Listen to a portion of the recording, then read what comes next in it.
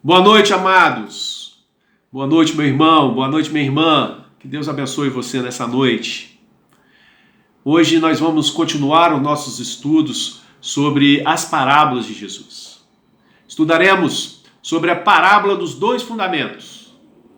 E você vai perceber que elas são encontradas tanto no Evangelho de Mateus como no Evangelho de Lucas.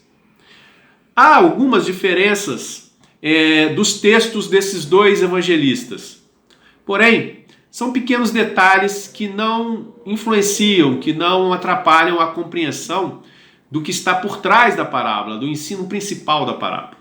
Inclusive, para alguns eruditos, trata-se da mesma parábola. Mas há algumas diferenças. Nós vamos utilizar na nossa parábola, no nosso estudo dirigido escrito, a parábola que está no livro de Mateus. E eu gostaria de ler agora a que está no livro de Lucas, que diz assim: Por que me chamais Senhor, Senhor, e não fazeis o que vos mando? Todo aquele que vem a mim e ouve as minhas palavras e as pratica, eu vos mostrarei a quem é semelhante. É semelhante a um homem que, edificando uma casa, cavou, abrindo profunda vala e lançou o alicerce sobre a rocha. E vindo a enchente, arrojou-se o rio contra aquela casa e não a pôde abalar, por ter sido bem construída. Mas o que ouve e não pratica é semelhante a um homem que edificou uma casa sobre a terra sem alicerces. E, arrojando-se o rio contra ela, logo desabou, e aconteceu que foi grande a ruína daquela casa. Isso está lá em Lucas, capítulo 6, versículos 46 a 49. O mesmo texto vai estar em Mateus, capítulo 7, versículos 24 a 27. Meu irmão, é importante dizer que Jesus utilizou essa parábola para concluir o Sermão do Monte, ou o Sermão da Montanha, como preferem alguns. Jesus, ele pronunciou, portanto, essa parábola para uma grande multidão. Eram muitas pessoas que estavam ali ouvindo. As diferenças que podemos notar entre a descrição dos dois evangelistas, elas ocorrem sobretudo por causa dos destinatários para os quais cada um desses evangelistas escreveu. Mateus escreveu para os judeus que viviam na Palestina, enquanto Lucas escreveu para os gregos ou as pessoas de origem helênica que viviam na Ásia Menor e na região do entorno ali do Mar Mediterrâneo. Na parábola, Jesus utilizou elementos comuns, as técnicas típicas de uma construção rural na Palestina daquela época, especialmente como é descrito por Mateus. Enquanto Lucas escreveu para os gentios de uma outra região. Ele utilizou uma descrição das técnicas de construções que eram familiares às pessoas para quem ele escrevia. Além disso, há de se levar em conta que também haviam diferenças climáticas e geográficas entre essas regiões. Portanto, para melhor compor a parábola, para melhor levar o entendimento dessa parábola dentro do seu contexto, é necessário que a gente perceba essas pequenas diferenças, esses pequenos detalhes relacionados a essas técnicas. É importante que nós percebamos também que, apesar disso, a mensagem ela não muda. Preste atenção, naquela época, as casas eram bem diferentes das construções que nós estamos habituados a ver hoje em dia. Naquela época, as paredes eram feitas de um barro, uma mistura de barro endurecido, eram relativamente frágeis.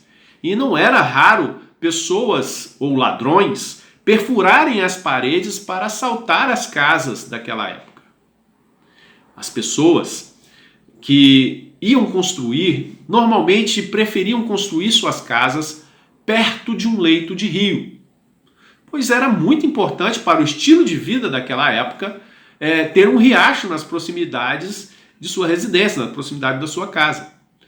Isso era óbvio, porque favorecia a criação de animais, favorecia as plantações e, é claro, o próprio abastecimento de água daquelas casas. Era preferível construir mesmo que o leito do rio estivesse seco, Porque quando viessem as estações, ou a estação das chuvas, o riacho tornaria-se novamente uma fonte de água para aquelas casas que estavam construídas às suas margens. E dando, inclusive, condições de se armazenar água para o período da seca. Contudo, meus irmãos, muitas vezes também vinham tempestades e elas provocavam transbordamentos, enchentes dos rios. E essas mudanças às vezes se davam de uma maneira muito repentina, como é comum naquelas regiões. Isso colocava em evidência de uma maneira muito clara a fragilidade das construções. Considerando esse padrão climático, fica nítido a importância que havia nos alicerces dessas casas. Meus irmãos, o construtor prudente escolhe bem o local onde a sua casa será construída. Ele tira a terra solta, ele cava buracos profundos até encontrar a rocha, onde ele constrói os alicerces e ali edifica a sua casa. Meu irmão, o construtor insensato não leva nada disso em consideração. Ele edifica a sua casa na terra árida e solta, na areia.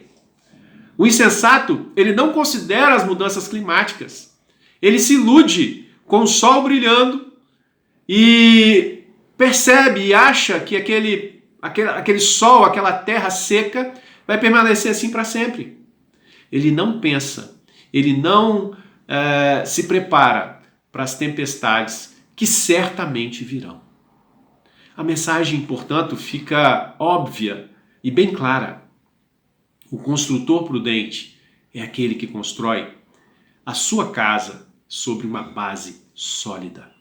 Esta é a principal mensagem. Vamos estudar um pouco mais no outro texto que está na sua devocional escrita e vamos tentar aplicar isso às nossas vidas e às nossas famílias. Eu desejo para você uma excelente quarta-feira, que Deus possa falar ao seu coração e abrir a sua mente ao entendimento de mais uma verdade da sua santa palavra. Em nome de Jesus, tenha uma quarta abençoada. Amém?